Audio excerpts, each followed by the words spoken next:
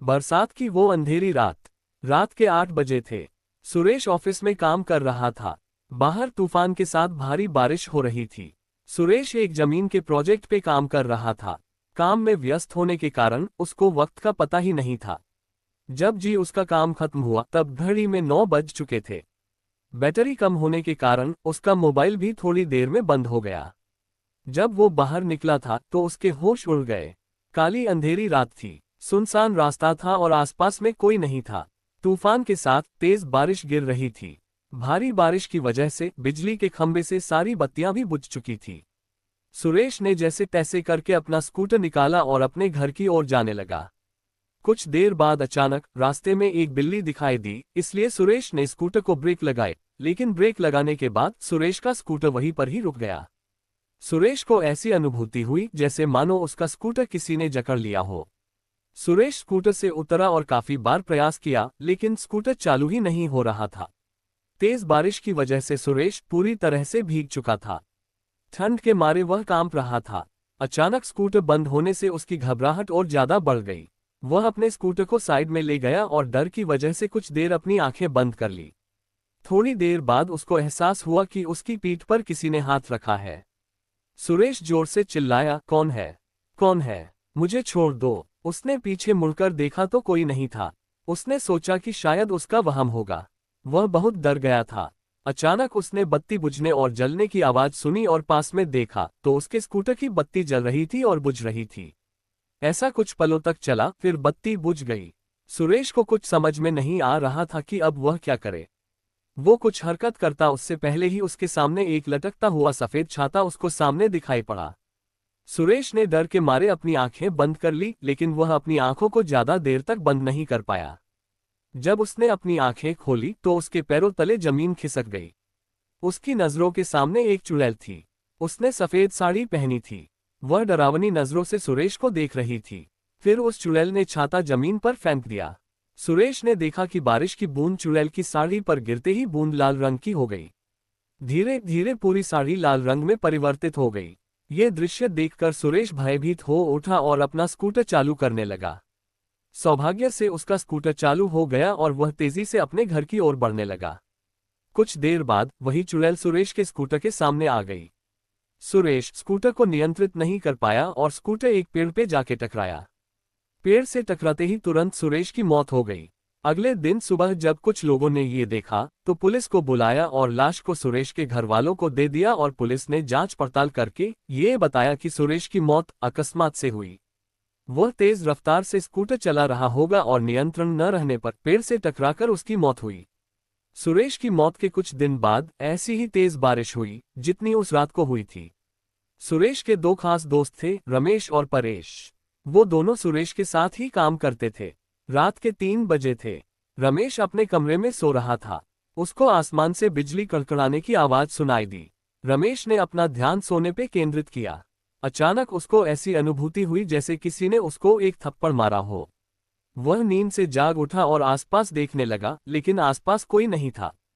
फिर थोड़ी देर बाद कमरे की बत्ती जलने और बुझने लगी। ये देख रमेश बहुत घबरा गया और कंबल ओढ़कर सोने का प्रयास कर रहा था। उसने महसूस किया कि उसका कंबल कोई पीछे से खींच रहा है। वह जोर जोर से चिल्लाने लगा, मुझे छोड़ दो, मुझे जाने दो। उसके कुछ देर बाद सब कुछ शांत रहा। फिर अचानक खिड़की अपने आप खुल गई और उसमें से एक हाथ बाहर से अंदर आया, जिसकी हथेली पर खून ही खून था। उस हाथ ने कसकर रमेश का गला पकड़ा और उसको मौत के घाट उतारकर रस्सी की मदद से पंखे के नीचे लटका दिया। अगले दिन सुबह रमेश का दोस्त परेश जब उसको बुलाने आया तब उसने ये दृश्य देखा और तुरंत पुलिस को सूचना दी। पुलिस ने जांच पड़ताल करके इसको खुदकुशी का नाम दिया और कहा कि रमेश ने तनाव और किसी बात के दबाव में आके आत्महत्या की होगी। हम आगे इसकी और भी जांच करने की कोशिश करेंगे। अपने दोनों दोस्तों की मौत के बाद परेश बहुत ज्यादा तनाव में आ गया। उसको मन ही मन ये लगने लगा कि अब तीसरा नंबर उसका है। उसने ऑफिस जाना भी बंद कर दिया। कुछ दिनों उसने आपको अकेले में रखा, यहाँ तक कि वह अपने परिवार के लोगों से भी ज्यादा बात नहीं करता था। कुछ दिनों बाद उसको लगा कि अब खतरा टल चुका होगा, तब वह अपनी पत्नी के साथ दूसरे शहर घूमने चला गया। कुछ दिनों तक उसने अपनी पत्नी के साथ दूसरे शहर में सैर की। कुछ दिनों घूमकर दोनों वापस अपने घर आ गए। अब परेश के मन में डर का नामो निशान नहीं था। वह आराम से जीवन व्यतीत करने लगा। दूसरे शहर घूमकर आने के बाद वह रोजाना ऑफिस जाने लगा। एक दिन ऑफिस में ज्यादा काम की वजह से उसको देर तक रुकना पड़ा। उस रात को भी तूफान के साथ भारी बारिश हो रही थी। परेश अपनी कार में बैठकर घर के लिए रवाना हुआ। रास्ते में एक बड़े से खड्डे के साथ उसकी गाड़ी टकराई और कार का एक पहिया खड्डे में गिर गया। परेश कार से नीचे उतरा और बहुत प्रयास किया, लेकिन पहिया खड्डे से नहीं निकला। परेश कोशिश कर रहा था कि एक औरत वहां से गुजरी। उस औरत ने बड़े प्यार से रमेश को कहा, सुनिए, क्या मैं आपकी मदद करूं? रमेश ने कहा, नहीं, मुझसे ही नहीं हो रहा है तो आपसे थोड़ी होगा। फिर भी आपको लगता है तो आप एक बार प्रयास कीजिए। उस औरत ने कार को पीछे से सिर्फ थोड़ा सा धक्का मारा और कार का पहिया खड्डे से निकल गया। परेश ने उस औरत का धन्यवाद किया और उनको पूछा, आपको कहाँ जाना है? इतनी रात को आप अकेले कहाँ जाओगे? आप मुझे बताएं, मैं आपको जहाँ जाना है छोड़ देता हूँ। जी धन्यवाद आपका। यहाँ से थोड़ा आगे एक तालाब वाली गली आती है, वहाँ मुझे छोड़ दीजिएगा। तालाब के पास में ही मेरा घर है, औरत ने जवाब दिया। परेश ने उस औरत को अपनी कार में बिठाया और आगे बढ़ा। परेश को थोड़ा डर जरूर लग रहा था, लेकिन उसने गाड़ी चलाने पे ध्यान केंद्रित किया। थोड़ी देर बाद पीछे से आवाज आई, बस यहाँ पे रोक दीजिए, मेरा घर पास में ही है। परेश ने कार रोक दी और उनको उतरने को कहा।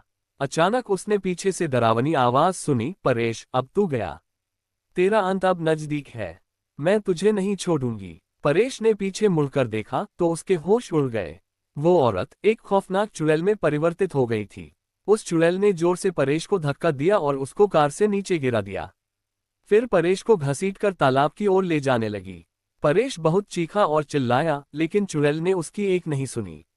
परेश ने चुड़ैल से कहा, कृपया मुझे छोड़ दो, मुझे जाने दो, मैंने आपका क्या बिगाड़ा है? परेश, तू आज मेरे हाथों से ही मरेगा। तुम्हारे दोनों दोस्तों को तो मैं मौत के घाट उतार चुकी हूँ, अब तुम्हारी बारी है। याद करो बरसात की वो अंधेरी रात, जिस रात को तुम लोगों ने मेरी हत्या करके मुझे तालाब में फेंक दिया था। जिस जमीन ने मुझे और मेरे माँ बाप को रोजी रोटी दिलाई थी, वह जमीन तुम तीनों हड़पना चाहते थे और उस जमीन पे शराब की फैक्ट्री लगाना चाहते थे। जब मैंने और मेरे पिताजी ने हस्ताक्षर करने से मना कर दिया, तो तुम पापी दरिंदों ने मेरी और मेरे पिता की हत्या कर दी और दोनों को तालाब में फेंक दिया। हमारी मौत का कारण लोगों को ये बताया कि हम पानी में डूबकर मर गए हैं।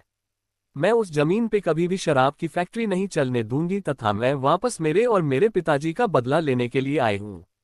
आज तुझे भगवान भी मुझसे बचा नहीं पाएगा।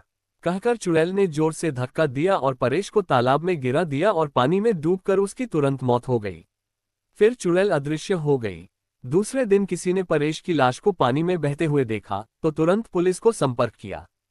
पुलिस ने जांच करके उसकी लाश उसके परिवार को दे दी तथा मौत का कारण ये बताया कि उसकी मौत पानी में डूबकर हुई।